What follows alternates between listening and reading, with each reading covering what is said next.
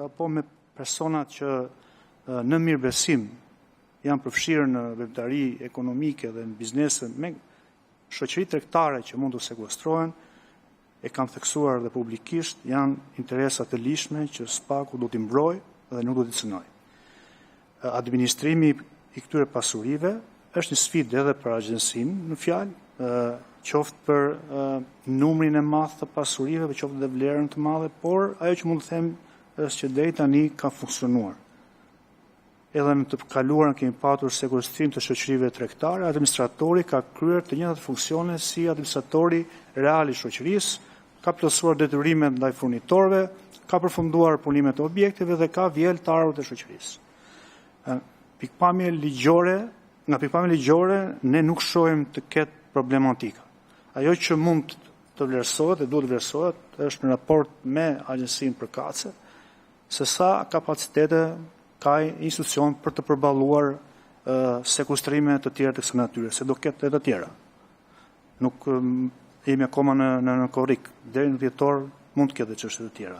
Kjo duhet parë. Por qëllimi jonë është absolutisht i qartë, produktet e krimit sekuestrohen, interesat e lishme nuk preken.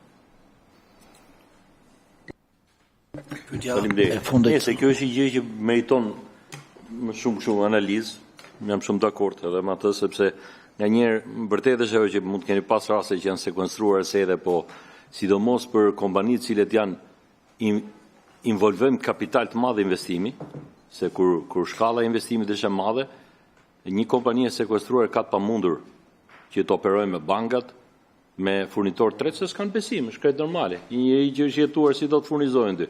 Dhe kjo mund të sjellë rrezik edhe më të madh. Megjithatë, edhe si fillim është mjaftueshëm për të hapur një sipar edhe mendimi dhe politik bërë dhe nga ana ekzekutivit, se është edhe në detyra juaj, se si do të menaxhohen ato që quhen projekte që janë running. Se është më e thjeshtë të sekuestrosh asete të mbaruara, një shtëpi, një vilë, por ato që janë në ndërtim e sipër.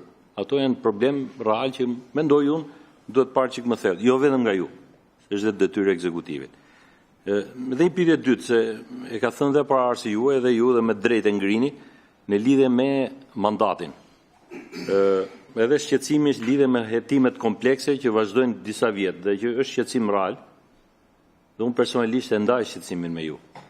Nëse themi nuk ka konsensus politik për ndryshimet e kushtetutës, çfarë strategjie mendoni, si do të zgjidhet çështjet në vazhdim? Personalisht, unë po e them, nuk e fshej mendimin tim, unë jam që duhet ketë një qasje të balancuar edhe për rinovimin e mandatit për një pjesë prokurorëve. Nuk e fshej këtë. Është mendimi im personal nisur nga krijimi një eksperiencë që nuk duhet hidhet poshtë në SPAK. Megjithatë, themi nuk ekziston, se kjo është çështje e nivelit të reformës kushtetuese. Si mendoni do të adresohet, sepse disave nga ju jeni të themi në 3 vjet, në krye të 2 apo 3 vjetje, vjen fundi mandatit, ndërkohë jeni të përfshirë në hetime shumë komplekse. Ka një strategji për këtë? Ke pyetje tjera, Damir? Pra, zoti Gjignuri e kishte pyetjen e fundit këtë, zoti Bra. Kjo është një problematikë e përsëritur, unë e përsërita dhe sot, dhe mendoj që është një problematikë që kërkon vëmendje. Dhe siç e përmenda, nuk lidhet thjesht me karrierën e prokurorëve, por lidhet me vazhdimsinë dhe efektivitetin e institucionit. Sepse mund të krijojë përshtypjen që lidhet vetëm me karrierën tonë. Ne kemi mandatin tonë 9 vjeçar dhe secili prej prokurorëve ka detyrën dhe përgjegjësinë që për këtë periudhë, për çdo çështje që ka, të ushtrojë detyrën e vet. Dhe ne nuk kemi strategji tjetër përveç kësaj strategjie, të vazhdojmë punën. Se çfarë do ndodh pas atij viti kur e mbaroi mandati apo pas muajit dhjetor 2028, pastaj ky është, nëse nuk ka rinovim mandati apo të drejtë të aplikuar, kjo pastaj do jetë problematik e strukturës atyre prokurorëve që nuk mbaron që më vonë dhe kush tjetër mund të vi.